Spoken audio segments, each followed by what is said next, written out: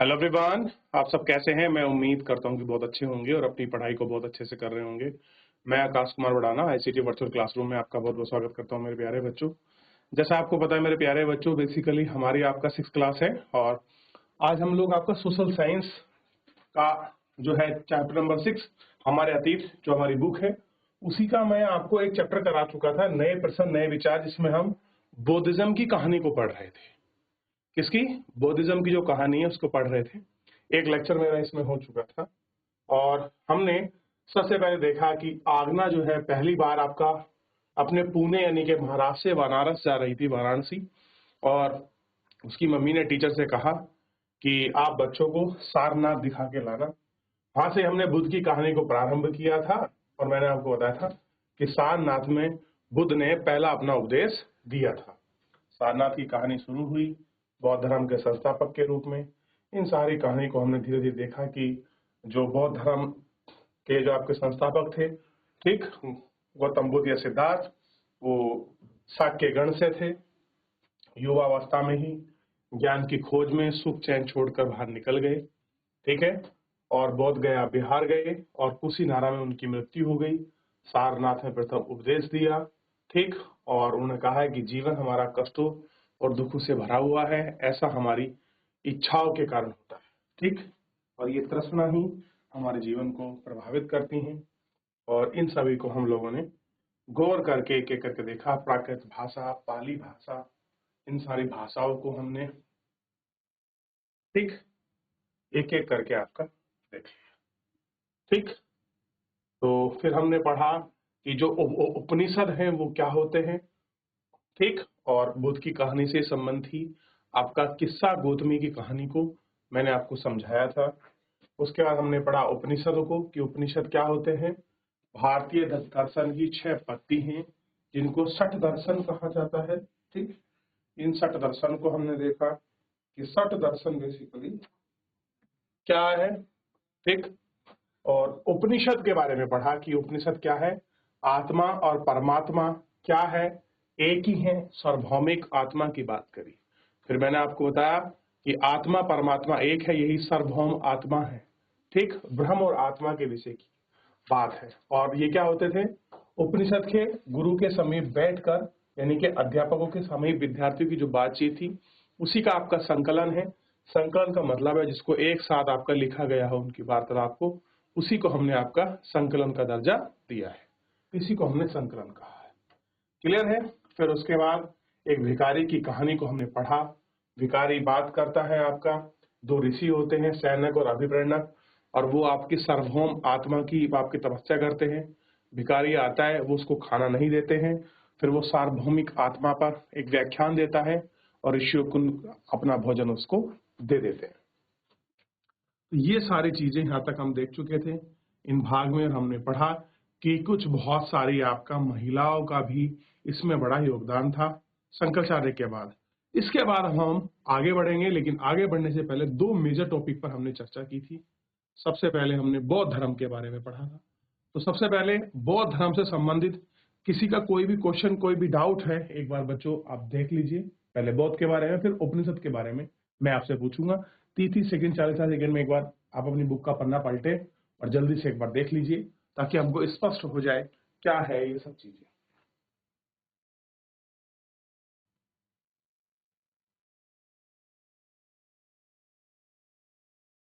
देख लिया? चलिए, ये हुआ बौद्ध के बारे में।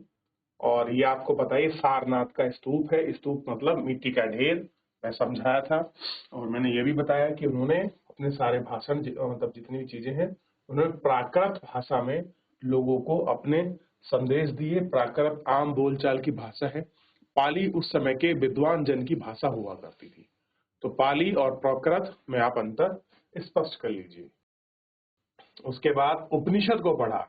हमारे भारत में जो है षष्ठ दर्शन है, कभी मौका मिले तो आप जरूर पढ़िएगा। कोई आपके विद्वान पंडित हो, आप उनसे पूछिए कि मेरे को भारतीय दर्शन की जो षष्ठ पद्धति है, षष्ठ दर्शन जिसको कहा जाता है, 6 दर्शन को मुझे पढ़ना है, ठीक। क्या है 6 दर्शन, उनके विषय में आप पढ़ेंगे तो बहुत अच्छे रूप से आपको जानकारी मिलेगी और आप उन पर अपना विचार भी देखेंगे तो चीजें शायद और अच्छी हो, आपको कुछ नया समझ आए या कुछ और आपको आत्मा परमात्मा के बीच की जो कड़ी है और बौद्धिक ग्रंथों में किस प्रकार उसको लिखा गया है, उसको बड़े अच्छे रूप से आप समझ पाए और कर पाए। आगे देखिए, अब आप सबसे पहले एक बार आप इसे और देख लीजिए बच्चों, अगर किसी को कुछ पूछना है उपनिषद से संबंधित, क्योंकि बड़ा इंपॉर्टेंट है। लास्ट 30 सेकंड मैं आपको दूंगा उपनिषद के लिए, फिर आगे बढ़ेंगे हम।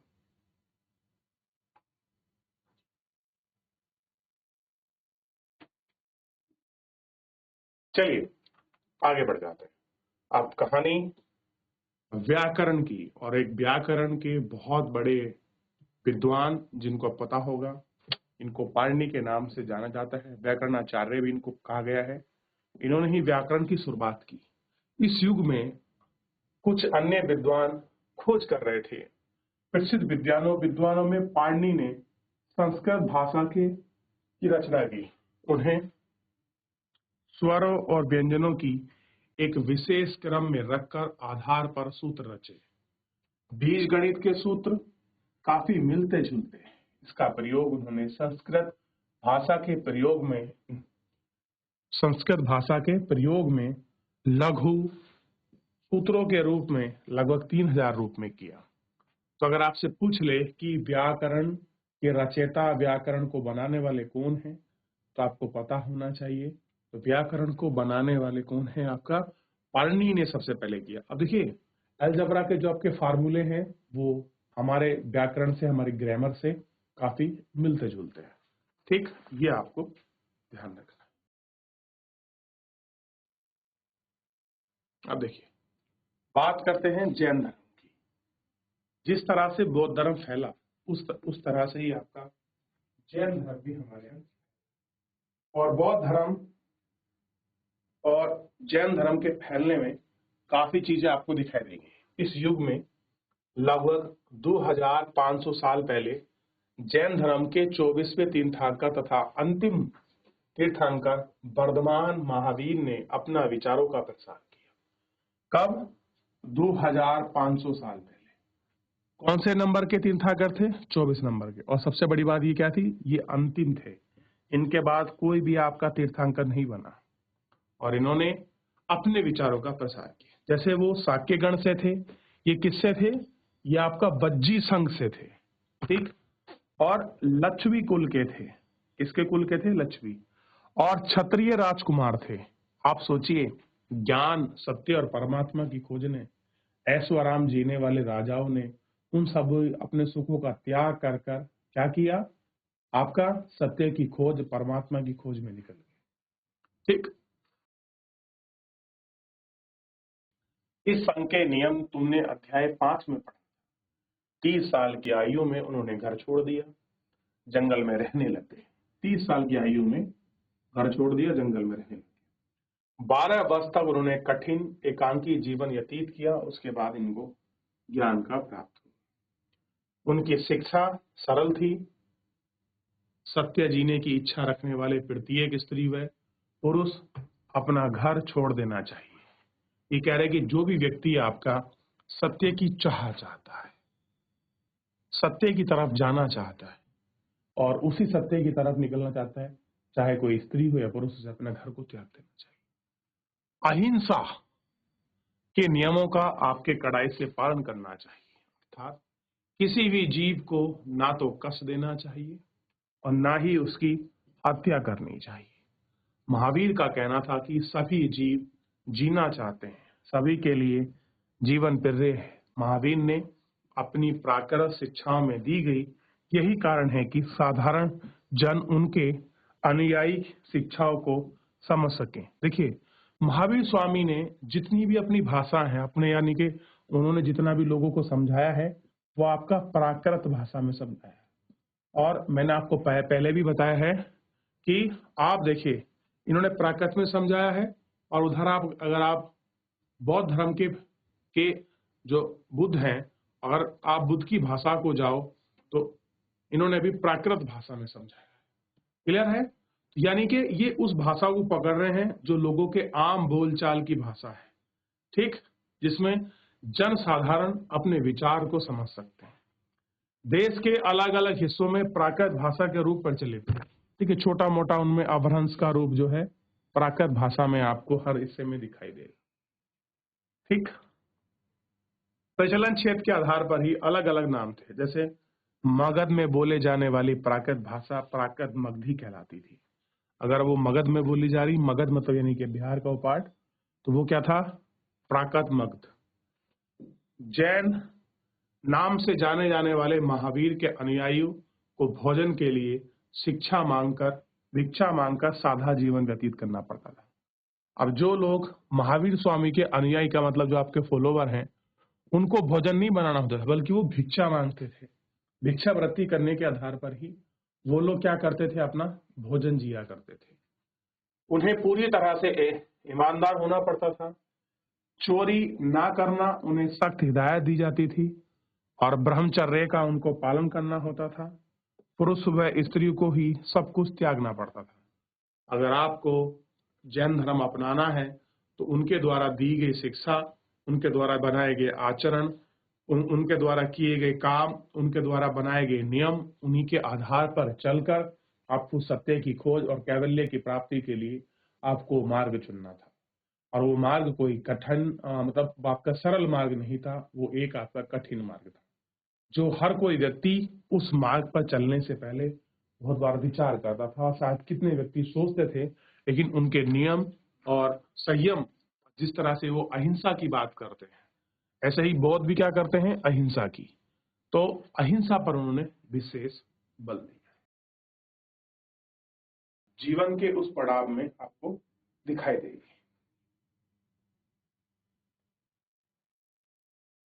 चलिए,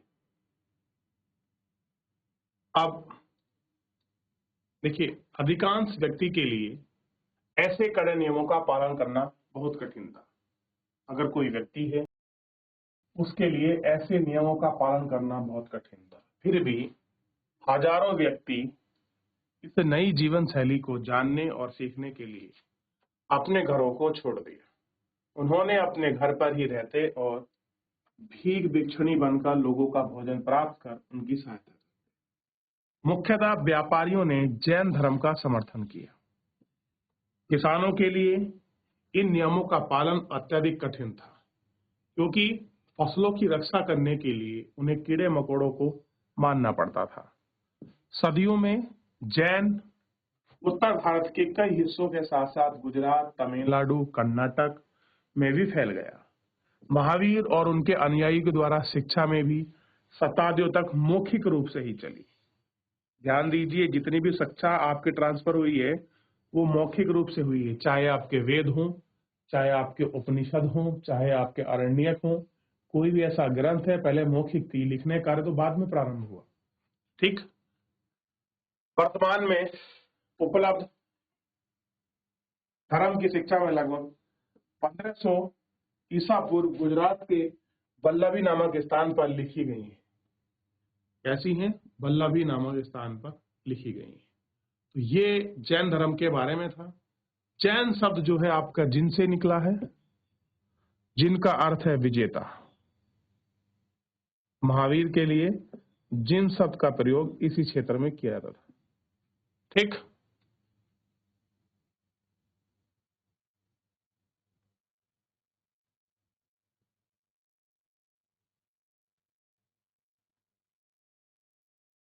देखिए,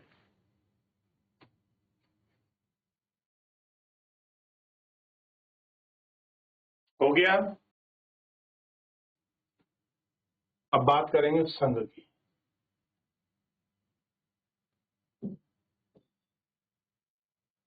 महावीर तथा बौद्ध दोनों ही मानते थे कि घर का त्याग करने पर ही सच्चे ज्ञान की प्राप्ति हो सकती है। अब देखिए, महावीर ने भी कहा और बौद्ध ने भी कहा कि अगर आपको ज्ञान चाहिए तो भैया आपको घर तो त्यागना पड़ेगा, घर का त्याग करना पड़ेगा, तभी आपको सच्चे ज्ञान की प्राप्ति हो सकती है। ऐसे लोगों के लिए संघ नामक संगठन बनाया गया। संघ मतलब जो आपको सबको साथ लेकर चले, घर का त्याग करने वाले लोगों को एक साथ रह सके। संघ क्या था भाई? जिन लोगों ने घर त्याग कर दिया है वो अब आपका एक साथ रह सकें, इकट्ठा रह सकें, ये देखा। संघ में रहने वाले बौद्ध भिक्षु के लिए बनाए गए नियम विनय पिटक नामक ग्रंथ में मिलते हैं। विनय पिटक हमसे पता चलता है कि संघ के मनुष्य और स्त्री में रहने के लिए अलग अलग व्यवस्था की गई है। क्या की गई है? अलग अलग। सभी मनुष्य संघ में प्रवेश ले सकते हैं। हालांकि संघ में प्रवेश लेने के लिए बच्चों को अपने माता पिता, दासों को अपने स्वामियों से, राजाओं को काम करने वाले लोगों से, ठीक, राजा से, कर्जदार को कर्ज देने की अनुमति लेनी थी। यानी कि अगर आपको संघ में आना है तो आपको अनुमति लेनी है। जैसे पिता को जो है अपने, मतलब अगर कोई व्यक्ति है तो उसको अपने पिता से लेनी है। अगर कोई पुत्र है तो उसको अपने पिता से, माता पिता से आज्ञा लेनी है, दास को अपने स्वामियों से, नौकरी करने वालों को अपने राजा से, जिसका कर्जदार है, जिसका वहां कर्जा देना है उसे।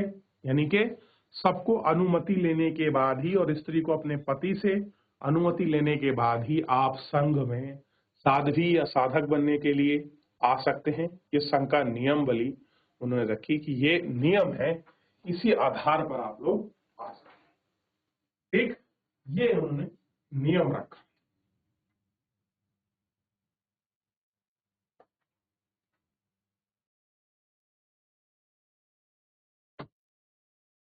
चलिए देख लिया, ये नियम थे, कुछ संघ थे। अच्छा, संघ में प्रवेश लेने वाले स्त्री पुरुष बहुत ज्यादा सादा जीवन जीते थे। वे अपना अधिकांश समय ध्यान करने में बिताते थे।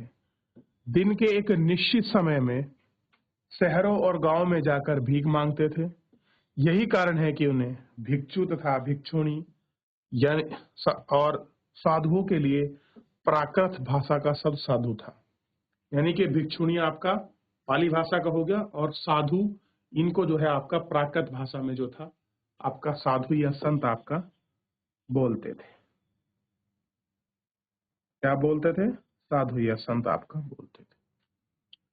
वे आम लोगों को शिक्षा देने और साथ ही एक दूसरे की सहायता करते थे। किसी तरह के आपसी लड़ाई के निपटारा करने के लिए वे प्राय बैठक भी किया करते थे। संघ में प्रवेश लेने वाले ब्राह्मण, क्षत्रिय, व्यापारी, मजदूर, नाई, गणिकाएं, दास शामिल थे। इनमें से कई लोग बुद्ध की शिक्षाओं के विषय में लिखा है कि कुछ लोग संघ में अपने जीवन के विषय में सुंदर कविता भी रचते थे। क्या करते थे? सुंदर जो आपकी कविता है उन सबको आपका रचय करते थे। कैसे थे? रचते थे। ठीक, पिछले अध्याय में वर्णित संघ और इसमें अध्याय में वर्णित कुछ विभिन्नताओं का जो अंतर है वो आपका लिखा गया है, जिसको आप अच्छे से देख सकते थे। क्लियर है? अब आपको कंफर्म हो गया कि संघ में रहने के कुछ नियम हैं, वो नियम कौन कौन से थे, और आपको पता है संघ में रहने के नियम आपके किस में लिखे हैं? विनय पिटक में लिखे हैं। ये ध्यान रखिए। पूछा जाता है विनय पिटक क्या है, तो विनय पिटक बौद्ध धर्म में रहने का जो नियम है वो आपका विनय पिटक नामक ग्रंथ में लिखे हैं बौद्ध। ठीक है, बौद्ध धर्म के।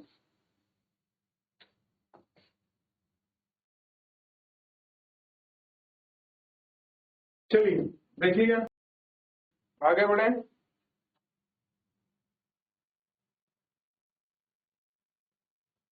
चलिए,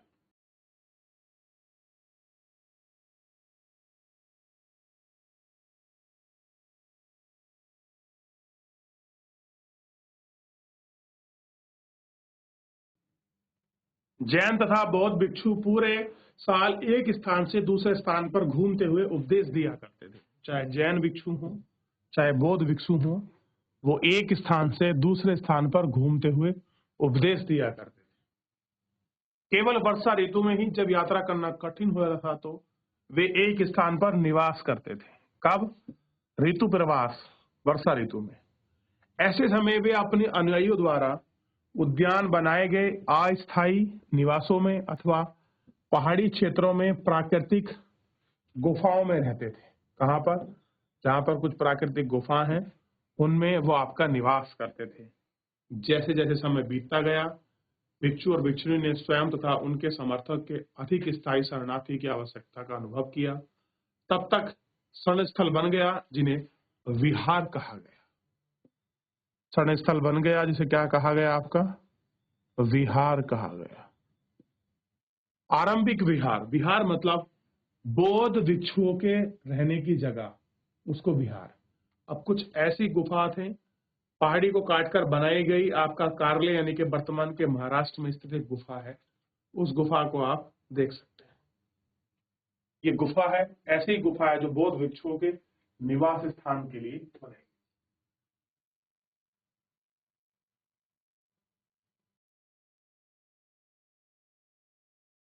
अब देखिए, एक बौद्ध ग्रंथ से ज्ञात होता है। ग्रंथ मतलब होता है किसी धर्म से जुड़ी हुई पुस्तक। जिस तरह महासागरों से मिलने पर नदियों की अलग अलग पहचान समाप्त हो जाती है, ठीक उसी तरह बौद्ध के अनुयायी जब भिक्षुओं की श्रेणी में प्रवेश करते हैं तो अपना वर्ण, श्रेणी, परिवार सब त्याग देते हैं। यानी कि बौद्ध धर्म में प्रवेश करने के बाद जाति, धर्म, वर्ग, आपका ये सब चीजें आपकी समाप्त हो जाती है। ठीक, और ये सब चीजें समाप्त होने पर ही क्या होता है? एक समान रूप से वो आ जाते हैं। ठीक, अब कह रहे हम किसकी बात कर रहे थे? ध्यान दीजिए, तो हम बात कर रहे थे आपका विहार की। और ये कैसे बने होते थे? तो बहुत बार ये आपका लकड़ी के द्वारा बनाए गए और इसके बाद यहाँ इन्हीं विहार में आपका ईंटों का प्रयोग भी होने लगा। यानी कि पहले लकड़ी के बनाए जाते थे और उसके बाद ईंट यानी कि पक्के बनाए जाने लगे। पश्चिमी भारत, विशेषकर बिहार, पहाड़ियों को खोदकर बनाए गए थे। अगर आप पश्चिमी भारत को देखोगे वेस्टर्न में, ठीक, तो वहां आपको दिखाई देंगे कि वहां इन्होंने गुफाओं को खोदा है, पहाड़ों को खोदकर प्राकृतिक रूप से बनाई गई आपकी गुफाएं हैं, और इनमें आपको ज्यादा अच्छा मिलेगा। प्राय किसी धनी व्यापारी अथवा भू राजस्व द्वारा दान में दी गई भूमि पर विहार का निर्माण होता था। स्थानीय व्यक्ति मतलब कोई भिक्षु, भिक्षुणी, भोजन, दवाई, ठीक, इत्यादि के द्वारा ही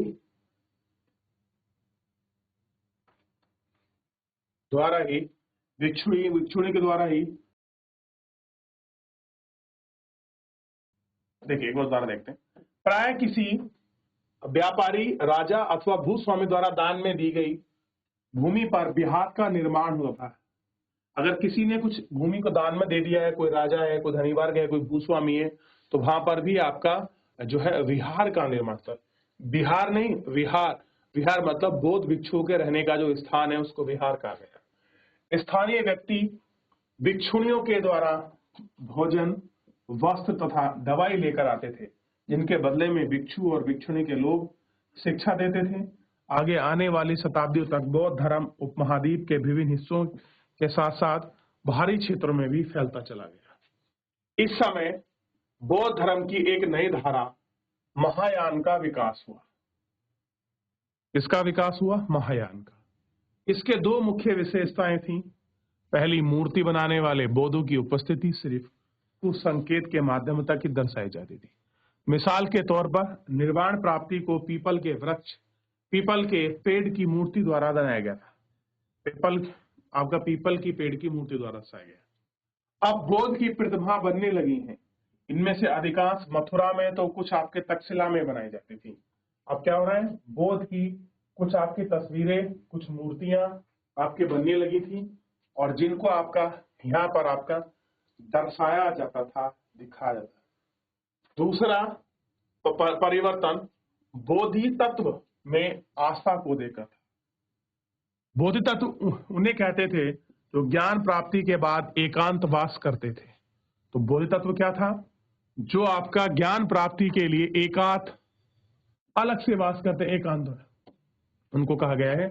ठीक है, ध्यान करना, साधना करना, लेकिन ऐसा करना की बजाय लोग शिक्षा, मदद, संन्यास, परिवेश में रहना ठीक समझते थे। धीरे धीरे बौद्ध इस सब की पूजा में काफी लोकप्रिय हो गई। पूरे मध्य एशिया, चीन के बाद में भी कोरिया और जापान तक भी आपका फैल गए।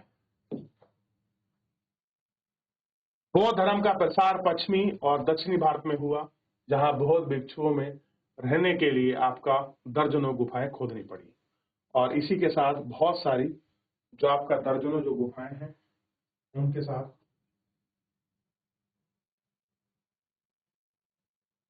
चलिए, तो बौद्ध धर्म के लिए बहुत सारी गुफाएं भी खोजी गई और दर्जनों ये चीजें आपको देखने के लिए मिलती हैं। बाकी से थोड़ा सा बचा हुआ है, तो एक बार आप इसको देख लेंगे तो चैप्टर पूरा हो जाएगा। तो ये गुफा है और आप जानते हैं, आपने बहुत जगह नाम सुना होगा, वाणी विहार, आप केवल विहार। तो यहाँ विहार का मतलब बौद्ध भिक्षुओं के रहने की जगह यानी कि पवित्र स्थान से था। तो फिलहाल मेरे प्यारे बच्चों, आज के लिए इतना ही। मिलते हैं नेक्स्ट लेक्चर में। तब तक अपना ध्यान रखिए, स्वस्थ रहिए, अपनी पढ़ाई को बहुत अच्छे से करते रहिए। मुझसे जुड़ने के लिए आपका बहुत बहुत धन्यवाद।